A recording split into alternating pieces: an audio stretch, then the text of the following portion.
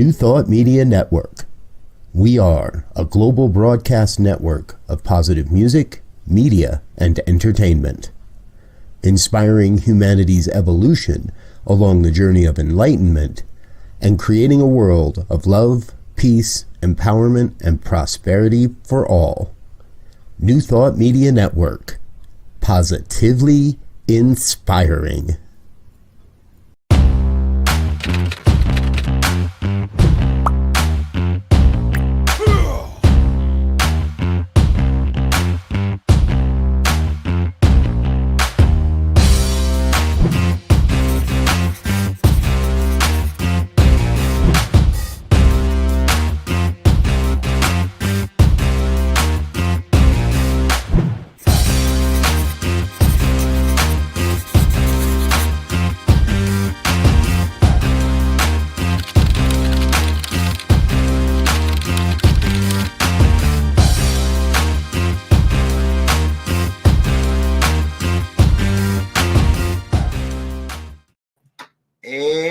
Good morning, dear ones. Rev Robert with you here on Saturday, December 24th.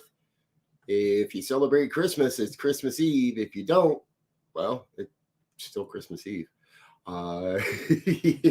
You're welcome to celebrate whatever you want this year, this holiday season, because that's what we do. We live in a world of oneness. That means we get to celebrate all or some or any or whatever it may be. Good morning, Wayne. Pure love. And our dear brother, Diego, producer extraordinaire. Merry Christmas, brother. You're going to hear Diego's name a little more today as we go along, folks. So I'm glad he's with us. And I'm glad you're with us. If you are, please feel free. Share your comments. Chat along. That's what this is all about on Saturday mornings, is a chance to get together and explore this a mighty philosophy, this powerful philosophy that we call the science of mind. And created and written or collated or downloaded or however you want to put it by the Reverend Dr. Ernest Holmes. And in his book, The Science of Mind. And each and every Saturday, if this is your first time with us, welcome. Every Saturday we have one of our team, a group of us that do this. We rotate through, no special order, just as it works, and we all kind of grab which Saturdays we want. And that team takes a look, starting at the beginning of the year with the Science of Mind textbook. So starting in January, we're going to start with the first chapter of the Science of Mind textbook and then work through chapter by chapter throughout the entire year. That doesn't last the whole year, though. So at a certain point, we run out of chapters in the book. And as a team, we decided we would love to do more to support and serve the Science of Mind Spirit Library and Archives. And so for the second portion of the year, we grab articles, old magazine articles, different ebooks, and different resources that are found in the archives. And today, I found something real that I think is really, really cool. Now, the link to today's article is in the description of this video. So you should be able to scroll to the description and click the link, and it should pop up. Also running a link across the board for you there. And we'll see if we can put the link in the comments as well for you. No, I did something different between then and there. So that's so grab the link, follow along. This is what we're going to explore today is exactly what it's saying. Ernest Holmes on the Christ Within. It's a blog post type article that was written in 2015, in December of 2015, by a volunteer at the archives. And when you know it, that volunteer is our very own Diego Reyes. And I'm looking around, digging through the archives, looking for something to talk about today. And here comes this article. Ooh, this is great. I look at it. I like it. I get to the bottom. Hey, there's Diego's name at the bottom as the author. Congratulations, Diego. Good work. And this is 7 years ago now. So when I shared with Diego I was going to use this morning, he shared with me that he hadn't seen this in a while, and maybe so it was a great refresher for him today as well. Again, please do share, like, subscribe, and let us know what you're thinking in the comments. This is not just about what Ernest Holmes said or what I'm saying. It's about a conversation for all of us. All right, so let's dive right in. Is there a metaphysical meaning to the holiday of Christmas? Yes. Is there metaphysical meaning to Jesus's life? Yes. And more than anything, the science of mind was, in my perspective, a bridge between what at the time was mainline Christianity and what was coming forward, what Holmes was learning about the nature of the universe and what he was sharing about the nature of the universe. And what we realized real early on, and we've all said that Jesus was a man. This whole holiday is wrapped up around a mythical story of his virginal birth in a manger under a night star, and all the imagery and all the metaphor and all the parable that is a part of these stories is absolutely vital.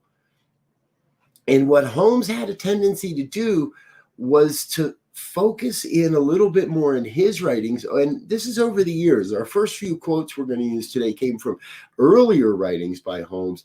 The last few quotes came from later writings by Holmes and later comments that he made just in the few years prior to his transition. So we take a look at where Holmes kind of started with the character of Jesus and where he ends up. And in the beginning, he is adamant that we must realize, as individuals, we must realize that we have the same power, the same ability, the same access to truth, the same, quote, sonship, if you will, as he did, as anybody ever did. So Holmes wrote this: Jesus spoke as one in authority because he knew he was dealing with impersonal law. He received inspiration from Spirit and directly controlled the law through the power of his conscious word, and this without external aid of any nature whatsoever. Now, around here, that's what we call prayer. We receive inspiration from Spirit and directly control the law, the universal law of creation, through the power of our conscious word. Not just any word. And that's why things like, oh, I hope it doesn't rain today, and oh, I hope I win the lottery, and oh, I hope. That's why none of that actually works, because it isn't truly conscious. There's no directive there. There's no authority there. There's just this pleading, this begging that something outside of ourselves is going to change things. That's not true. Holmes continues. Sorry, lost my spot. And without there it is. And he continues, what has been done can be done again. And what one can do, all have the privilege of doing, provided they know how to comply with the law. Christ is born to or within each, as the human gives way to the divine, as strife gives way to peace, as confusion gives way to poise, as weakness gives way to strength, as fear gives way to faith, as doubt gives way to certainty, as hell gives way to heaven, as misery gives way to happiness. As we give way to the Spirit, the human will finds no place in the divine certainty, for God does not will anything to happen. Listen to that. That's the important part right there. God does not will anything to happen. God knows. The oneness, the everything, the allness simply knows truth. The result of God's knowing produces creation. So as humans, we have this, we're constantly giving way using our human as the human gives way to the divine. And as we give way to the divine, as we put less emphasis on the human piece, well, the Christ is born within. And truly, the Christ consciousness is always there. We're just coming to realize it. Christ is the image of God, Holmes continues, the likeness of the Father, the Son of the universe, the man that Spirit conceives. Christ is not limited to any person, nor does he appear in only one age. He is as eternal as God. He is God's idea of himself, or his own self-knowingness. Now, we could spend the next hour digging apart just this one quote, right? There's so much richness here, and we could spend all day. Christ is not limited to any person or age, which means we have each within us the ability and the opportunity to be the next living Christ on planet Earth. And for all of us to do that simultaneously. Can you imagine what would have been going on if there were thousands of people in Galilee awakened to this truth when Jesus was on the planet? Brother Diego chiming in, I believe Jesus is a human personification of what we saw was the true life giver on this planet. Absolutely. Our host star, the sun. Yes. What the Bible teaches, we're his disciples who follow him around, are actually the different zodiac signs that our son Jesus passed through in the year. Another fabulous way to look at it, brother. Absolutely. See, folks, in all of this, well, I've said this for years, and I got this from one of my first teachers. When it comes right down to it, talking about life, we're making it up as we go along. Each and every one of us is making it up as we go along. The question really is, are you making it up in a way that works for you, or are you making it up in a way that doesn't work for you? Are you making it up in a way that works for those around you, or are you making it up in a way that doesn't? Yes. And very important stuff here. So one of our questions this day, and one of the things I'm going to ask you to consider as we launch into the next week of, for some, whatever is what craziness is out there. For some, what glory is out there. For some, it's a season of catching up on leftover work. For some, it's a season of hanging out with family until we can't stand it. And for others, it's right. Whatever this is going to be for you, just remember, you can change any condition in your life through the power of your thought. And some happen like that. And others take a little bit deeper of a little bit deeper effort, let's say, to change your thinking. Remember, it's change your thinking and change your life. The thinking has to happen first. Now, one of the things that Holmes also shares that's very important here, and it's reflected in this quote that he uses in 1928. Jesus thought of the Spirit, again, or God, as being personal to him, as directly responding to and being aware of man's approach to it.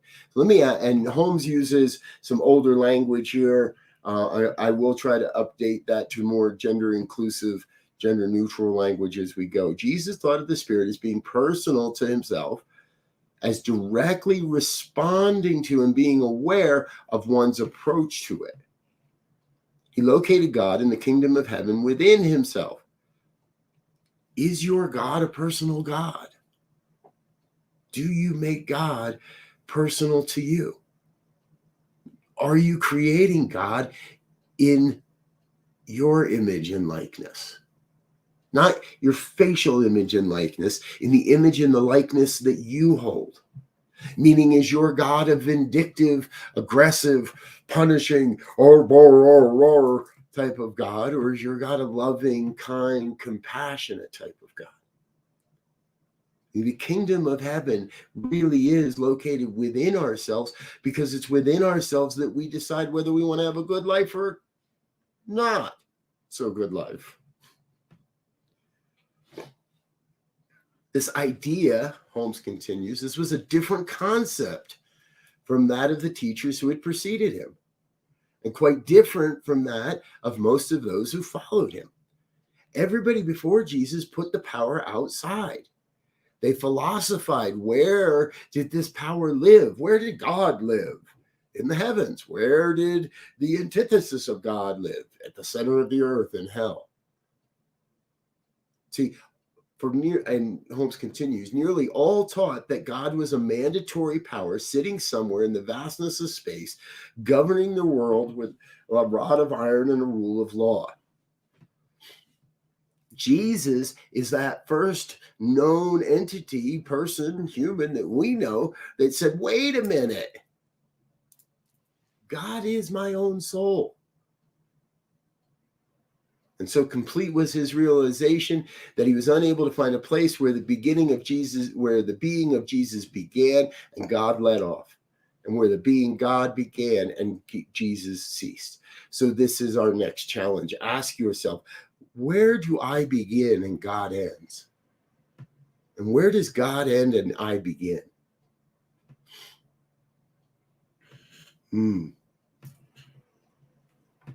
It's a great question. And I must say, I'm hitting the wrong button, taking myself out of the shot there. But Brother Diego brings forward another or two. In fact, many cultures believe that the next coming of the Savior is not going to be an individual, but rather a group consciousness. Hence, we're all part of the next coming of enlightenment. I am that I am. Exactly. This thing called life, folks, it wouldn't be the same without you. Without whatever gifts it is you're bringing, whatever skills you bring to this planet, whatever talents you're practicing and sharing with the world. Brother Diego's speaking to a great quote by the now passed on teacher Thich Nhat Hanh, who grasped this sense that the coming Buddha must be, he's a Buddhist, so he used the term Buddha. We could easily incorporate the term Christ here, may very well be a community. And I believe that's why there are so many in New Thought that focus more on building community and supporting and serving those around us than just teaching the gospel, whatever that might be. We are, as a community, are becoming a new Christ on the planet. And that community cannot operate without all the gifts, all the skills, without everyone being committed to their spiritual awakening. Excites me. It excites me what is possible when we come to know how incredibly important we are to this thing called life, and how incredibly instrumental we are to creating the evolutionary not creating the evolutionary process, but being the creation of evolutionary process that is bringing forward a new light on the world, that is shining the light that's always been here a bit brighter. In our next prequel, as it were, building up,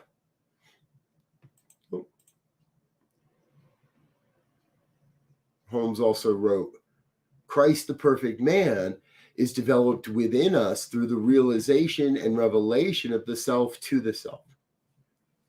God in us is Christ, and Christ in us constitutes our true sonship, discipleship, if you will, to the parent mind, which is God. Everyone is a potential Christ as an yet undeveloped divinity. From the least to the greatest, the same life runs through all, threading itself in the patterns of our individualities. Overall, in all, and through all. And that was from 29, I think it was.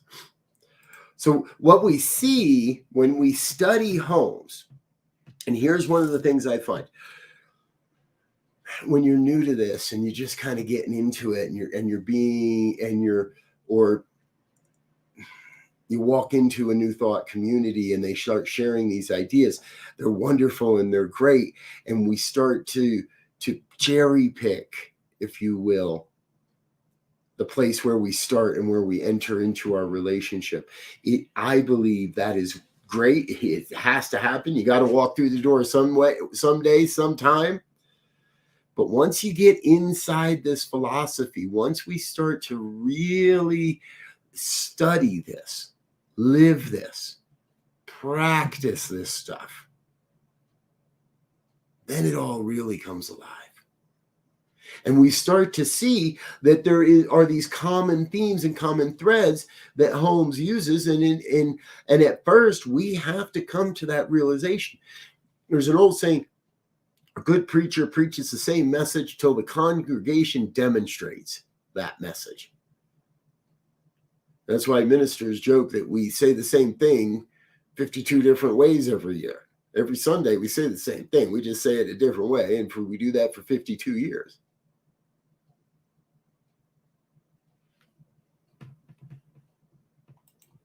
Roy's asking, so what Jesus taught was that we can become Christ like he did. Yes, Roy, absolutely. Absolutely. And what Holmes was trying to tell us was we lost touch with that. Holmes was telling us, hey, wake up. This guy, Jesus, he didn't try to put himself on a pedestal. He didn't try to say he was the only one. He was telling us from the very beginning that we all have this power and this ability, and we've just lost sight. We've allowed the windows of perception to get cloudy. We've allowed ourselves as a human race to forget this truth. We've allowed ourselves to be ruled by lesser men who want to tell us that that's not the truth and that we have to pray to some outside intercessor, that we have to bow down to the gods of capitalism, that we have to be anything other than our true nature to be successful. And that's all just hooey. It's Saturday morning, so I like to clean my language up. That's all just hooey. We, me, you, your neighbor, the old lady across the street that you don't like, the kids that maybe walk across your lawn, excuse me, are all the Christ consciousness taking form. And because we are human, we have this divine thing called choice. And because we are human, that choice, well, some people abuse that choice. But around here, we really like to emphasize that choice. Let's take a look at a little more. Now, I want to jump now to kind of some of the later stuff that Holmes wrote around the season of Christmas and around the life of Jesus. So this was in 1956 or 7, I believe. What was it that Jesus proclaimed? I am the way and the truth and the life. No one cometh unto the Father but by me. But he was not talking about Jesus. He was talking about you. Jesus gave us back to ourselves. How are you ever going to consciously reach God other than through your own nature? There are no prophets other than the wise. There's no God beyond truth and no revelation higher than the realization of the divinity within us. That which the ages have failed to reveal, you and I must reveal, each to himself in the secret chamber of our own heart. The secret chamber of the secret place of the Most High. Where only and alone does one abide under the shadow of the Almighty. This aloneness is not a loneliness. It is the one all-inclusive, all-penetrating unity of everything that is. Here comes that cough, that frog again.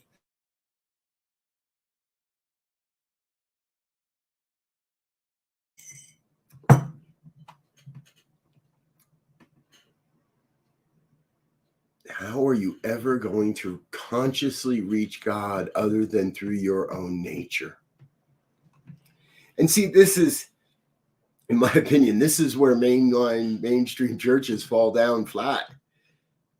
Because they force us into a specific rote practice. They tell us there's only one way.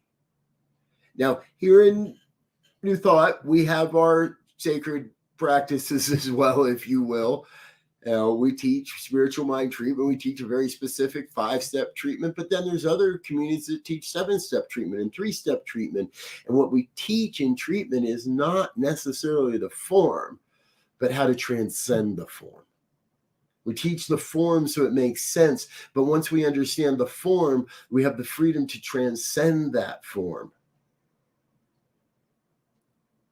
There is no revelation higher than the realization of the divinity within us.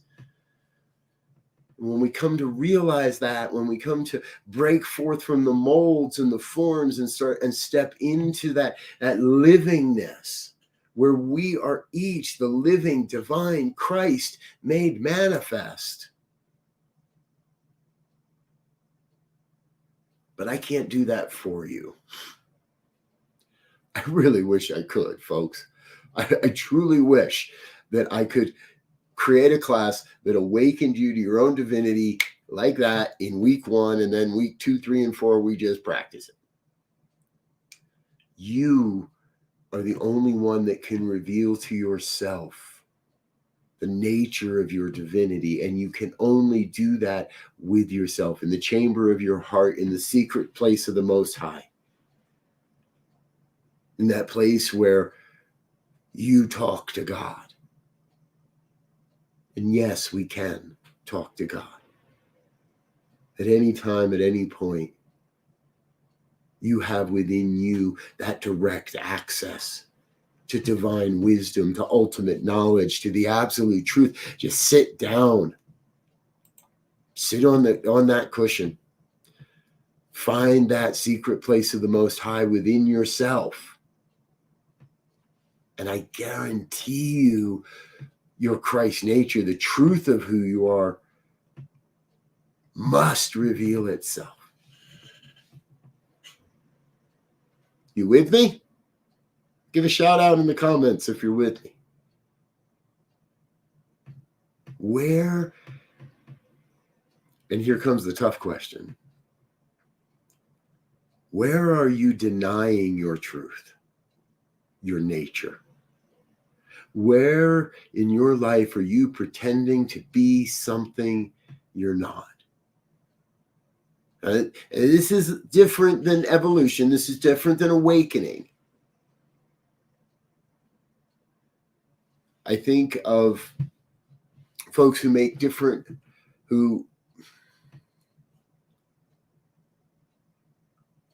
have a deep inner feeling that they're not who they've been told to be or who they've been told they are. Over the past 15, 20 years, it seems increasingly obvious that trans children are more and more comfortable coming into the world than ever before. And there are more trans individuals on the planet than ever before. And it's maybe not that that are true, but that we're aware of, that are willing to step forward and say, this is the nature of me. Now, it's not that they were hiding that. In most cases, it's not like you start and your first thought is, I'm hiding my nature. We come and children are conditioned to fit into one or other gender mold. And then when that doesn't feel right, it can feel scary to step up and say, but that doesn't feel like who I am. And it takes these kids a while to gain that trust in their parents, to gain that trust in society, to feel safe enough to step forward and say, this is my nature. This is who I truly am. And I want to celebrate that. And I truly believe that it is through our committed study of the science of mind, and for so many of us, our commitment to live this philosophy, that is creating the environment where more and more of these souls are willing to come on to planet Earth, because it is becoming a safer place for everyone.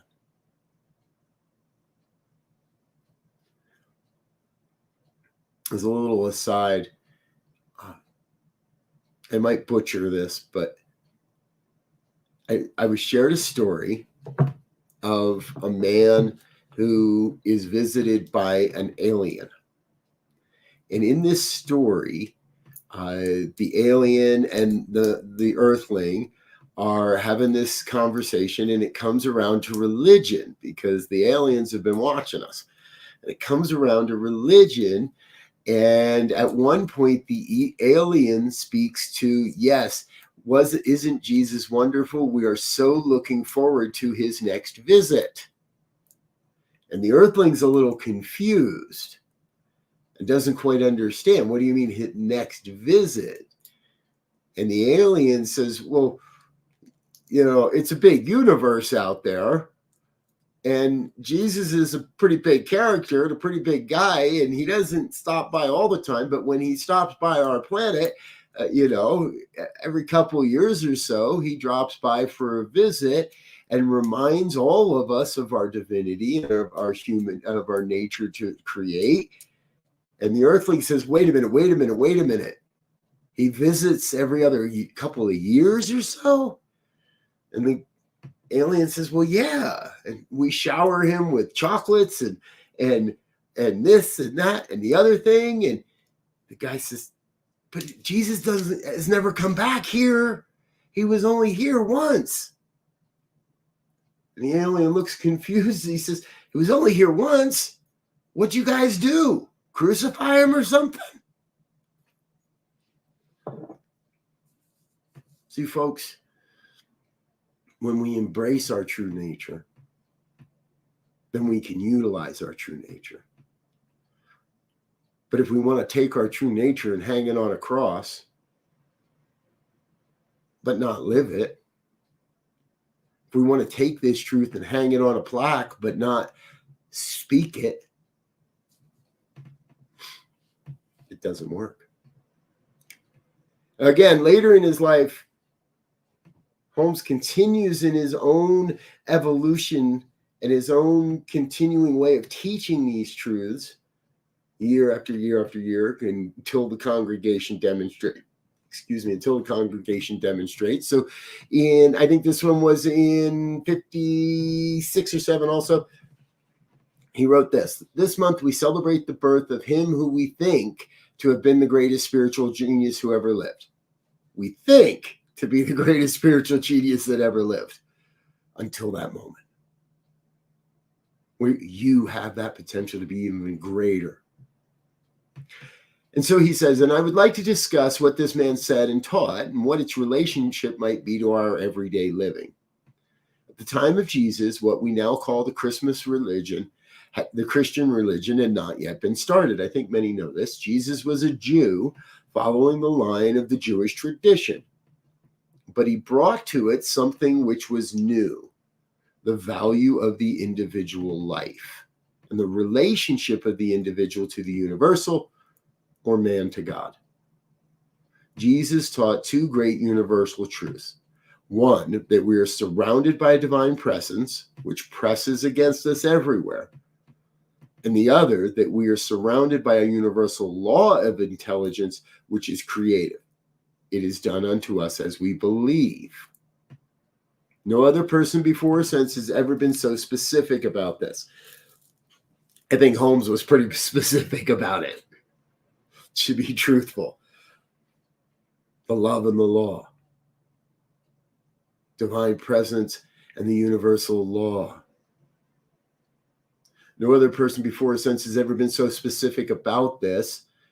Through the conscious use of this power greater than we are, he healed the sick and raised the dead, fed the multitudes, and found money in the fishes' mouths to pay the taxes. He turned water into wine and raised himself from the dead. Jesus taught a very intimate relationship, a divine partnership that we all have with the infinite, but in such very simple words that sometimes we overlook how profound their profoundness.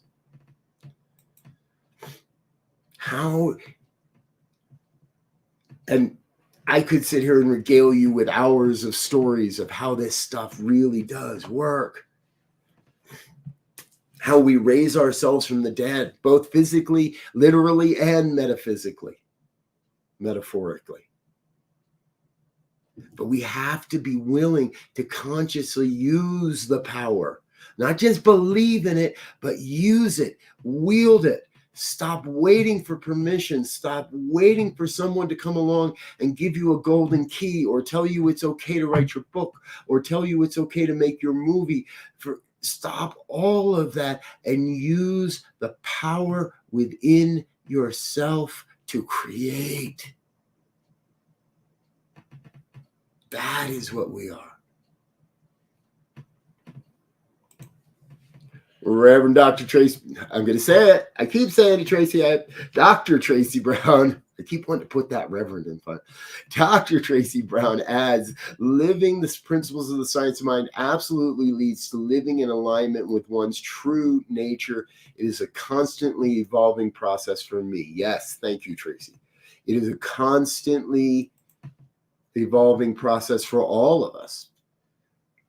And so I encourage you to join us next Saturday because Dr. Tracy will be with us next Saturday morning and we'll be sharing some of her truth around the season and specifically around Kwanzaa, I believe.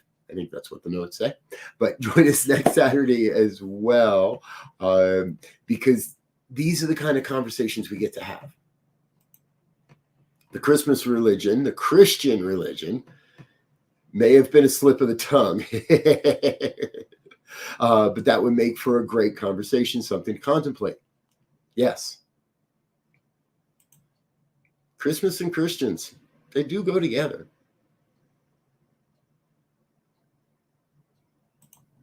Let's continue. And I want to add Lori in here as well. I try to remember that Jesus was the great example, not the great exception. Exactly. The only thing that was special about Jesus is that he was willing to speak this truth when no one else was. But it does not mean that he was the only one that had this ability, that could use this power. He was just the only one that was awakened to that truth. And now we as individuals have had centuries to awaken to it. I love to share that the science of mind to me is the fountain of youth. New thought as a philosophy is the fountain of youth. Because I constantly feel younger.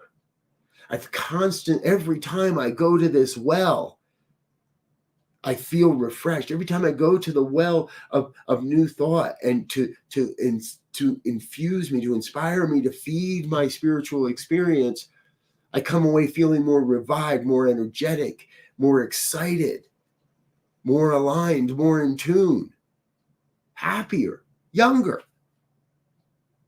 And so this fountain will continue to reveal truth to each and every one of us as we continue to study, as we continue to practice, as we continue to revisit these truths again and again and again. So the metaphysical meaning of Christmas is, as much as anything, my opportunity to touch base with some of the life of Jesus. To go back and study in a little deeper. Not that I don't throughout the year, and not that there isn't time, but those that know me know I don't speak about Jesus as I don't preach from the Bible. I don't teach directly from the Bible or Jesus's work, but it doesn't make it any less valid. It's absolutely the truth. And this is my time of the year to get to share that, to dig into that. And it excites me. And I trust it excites you as well. Part of why I wanted to be here this Saturday with all of you. All right, our last quote for the day. Let's dig in here even a little bit further. Jesus gave no indication in his healing ministry that he was forcing anything to happen. Rather, he displayed a calm assurance and an inner knowing that the right thing was being accomplished. If there's any frenetic energy in your life around forcing something, this has got to happen. I got to get let all that go. We are here to rest in a calm assurance and an inner knowing that the right thing is being accomplished, that everything necessary for the fulfillment of your ministry is coming into your life right now. He rose above appearances and embodied in his own thought the full nature of the perfection that came to pass. All of this was a process of thought that enabled him to recognize the nature of things as they really are. There is no evidence of his ever violating any of the laws of nature. Rather, there seems to have been a proper use. I want to share a quick story. A number of you know that I have a virtual background up today because this new studio isn't finished. And what I mean by that is my family and I moved into a new home over the last week, and we're still continuing to do that. However, this was not a long planned move. It wasn't a completely spontaneous move. I actually first walked through the home we're in now in October of this year, more than 2 months ago. And throughout the process, there were numerous human hurdles that appeared. And my beautiful wife, Laura, and I, at every turn, we turned back to that calm assurance that said, if this is what is right, it's going to be. And I'm going to follow that intuition. I'm going to follow it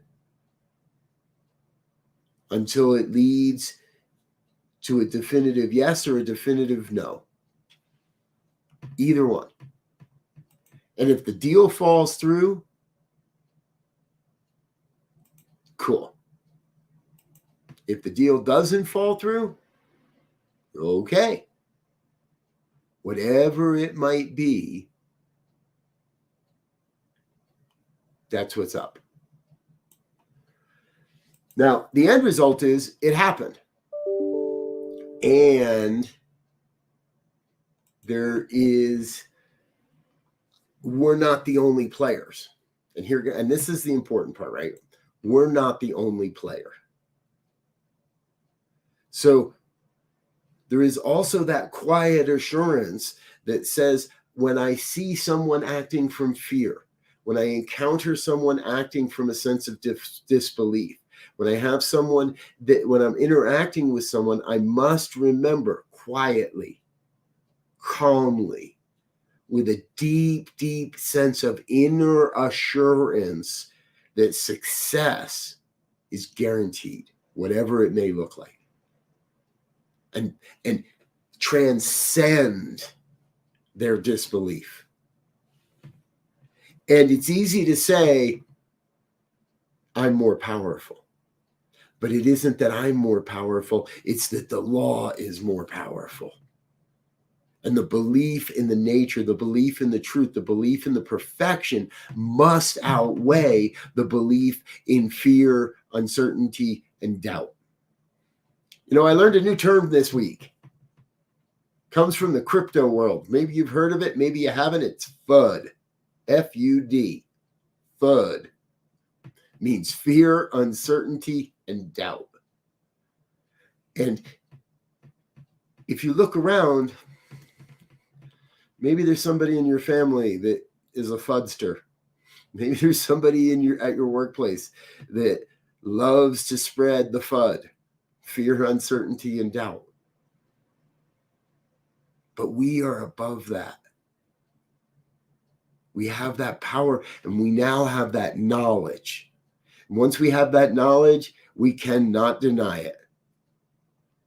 Once you understand how this works, how the creative process works, you can bury your head in the sand and pretend it doesn't work, but it's still working. And every time it works, you're going to remember, oh, there it is working again. Even though I don't want it to work, it's working. And sometimes when I say I don't want it to work, it works by appearing to not work. But that just gives me what I want, which means it was really working. It was just working by appearing to not work. It's a little circular, I understand, but that's a truth. Let's wrap up with Holmes real quick. Whether we realize it or not, second paragraph, whether we realize it or not, thought can and does permit this creation of the conditions of our body, making it sick or well. It does control our circumstances. These are our thoughts. Our thoughts control our circumstances, making them happy or unhappy. It can bring into our existence any good that we rightly conceive. Good that we rightly conceive. No one understands the science of mind until they have come to see that it is one who sows, but it is God who gives the increase. Man thinks this through. The law of mind makes it manifest. We must have the thought. We must focus on the what and let God take care of the how. Just as Jesus recognized that he was one with the Father, so must we. It is the birth of such an awareness which we should let happen to us this Christmas time. When we reach this point in our thinking, we come to know the great good that works through us. So this Christmas,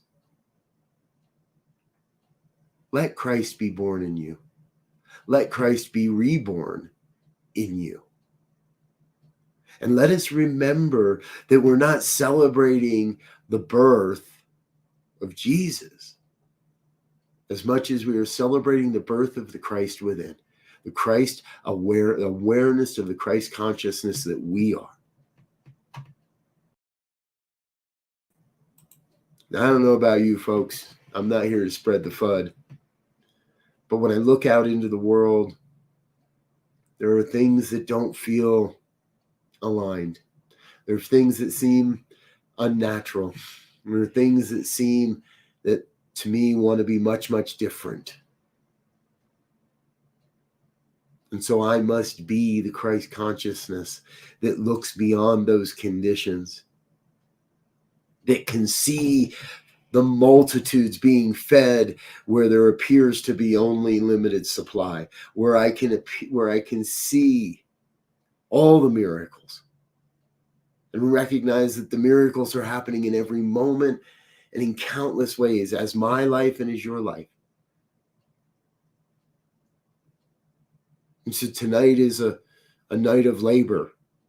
Tonight is a night of labor, as tomorrow we birth the Christ consciousness within once again. We get to do that every year. It gets to become part of our practice. And the recognition of the Christ consciousness within begins to become part of our nature, of who we are and how we show up each and every day. I was talking with a dear friend this week. And in the conversation, he said, I really believe all we got to do is spread the love and everything will be okay. And I believe that as we spread the love, things will be more than okay.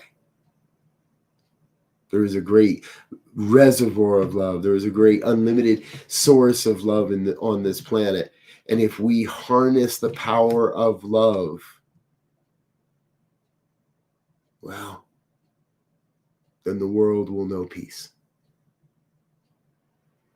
I invite you this day, regardless of your faith tradition, regardless of what you believe, to join in and allow the Christ consciousness to be born anew in you, so you may spread the love and witness a world that works for all. I'm Rev Robert. I'm going to go spend some time with my family. I invite you to do the same, or whoever's special in your life. Reach out, pick up the phone, make a call, send a text, email someone. Be the love. Be the love. I love you. I think you're amazing. I look forward to being with you again real soon. I do believe that our dear producer Diego dropped something special in here for us. So we're going to share that real quick and wrap up. Let you get into the rest of your morning.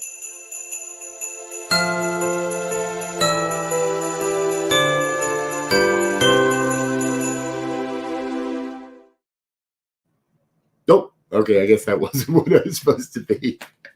Folks, I'm going to get out of here for now. Thank you for being with us. I am Rev Robert Brzezinski. This is the New Thought Media Network. This is it for our programming today. Actually, no, that's not true. I'm not going to give it away, but we got something really special starting on January 3rd with Dr. Tracy Brown. And if you keep your eyes open, you might see a little sneak peek of that coming up here very soon. That's all I'm going to say. But you will hear more real soon about that. So stay tuned for all that. I'm going to get out of here for now, folks. Thanks for being with us. We look forward to seeing you again real soon. Until we meet again, I wish you peace and richest blessings. Bye now.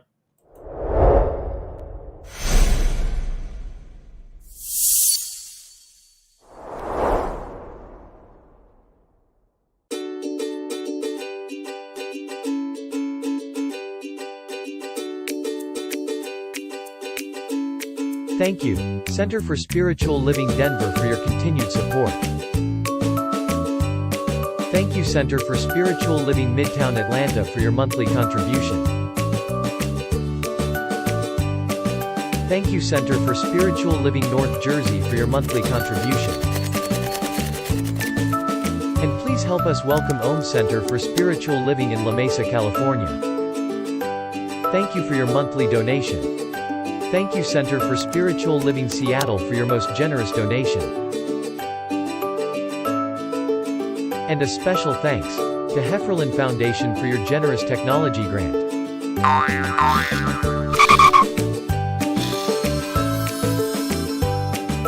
And Suze Ajit, thank you for your very generous donation. And a super special thank you to Dr. Tracy Brown, RSCP. Thanks for being a super donor.